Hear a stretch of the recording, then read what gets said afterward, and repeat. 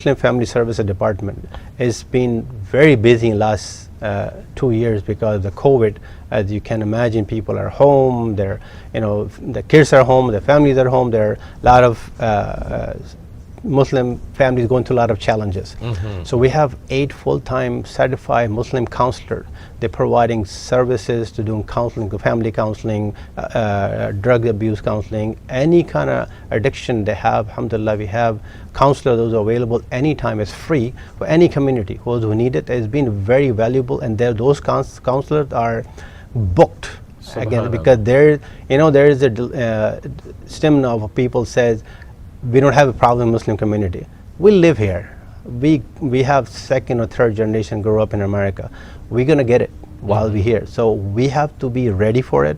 While we are ready, we have to be prepared our families and our children to come out and do therapy, talk to the counselor and feel comfortable instead of not talking about it. That's where all the people are going through divorce and going trying to hurt themselves, stuff like that.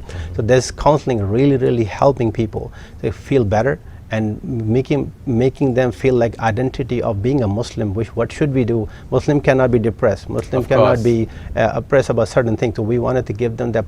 Having a Muslim counselor, it's not just a counselor. It gives you Islamic perspective as well. They give you better perspective of life, the purpose of life, that you can have a mission to live longer and make an impact while you're living, inshallah. Subhanallah, and that is very much needed in nowadays time, especially, yeah. So in Kentucky, you guys knocked the door of this person. Okay, come back to the story. Yes. That was a story really inspired me. We were there about 15-20 kids. I knocked the door. The person who, the owner of the house, we usually from FEMA, we don't get the name of the person. We usually get the number of the house, and we knocked the door. He came out and he says, I don't need any help from the Muslim. Oh. And I spoke to him. It's like, no, I don't know who you are. You don't have to know who I am. I'm just here to help. I think his backyard was really broken. We have to fix it. And while we are talking, his wife came out. It's like, don't worry about it. Just go whatever you have to do. And well, he's not in his sense right now.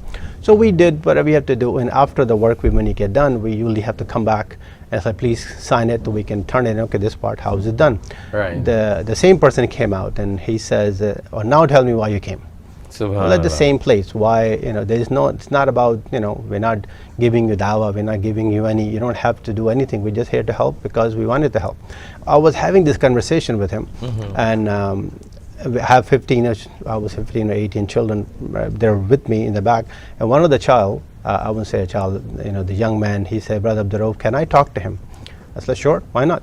So he came in front of me and he says, sir, we were in our spring break, and Brother Abdul came to our Islamic Center and said we wanted to go help our brothers and sisters, those who are suffering in Kentucky. So all of us give up our break and came here to help our fellow American, because I think I'm my responsibility to take care of your issues.